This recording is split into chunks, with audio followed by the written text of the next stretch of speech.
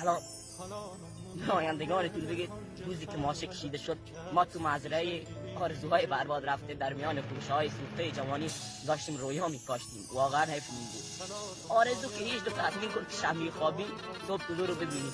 من آدمیم که گریه کردن جلوم بدم میاد. اگه دیدید که جلوتون گریه کردن بدونید توی مسئله آزارم.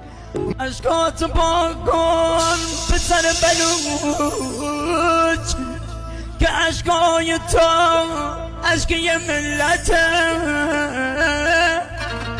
آره واقعا راست میگی هر گریه ما بدونید یه مسئله و یه آزار و یه علته. تمام دنیا به روی ما خنجر کشیده. نگاه کنید تو دنیا که قد این ملت طعم درد و بدبختی کشیده. ایرانم ایرانم ایرانم من با این تمام دردا به پاد میمانم. روزای خوب ما هم میاد میدانم میدانم میدانم.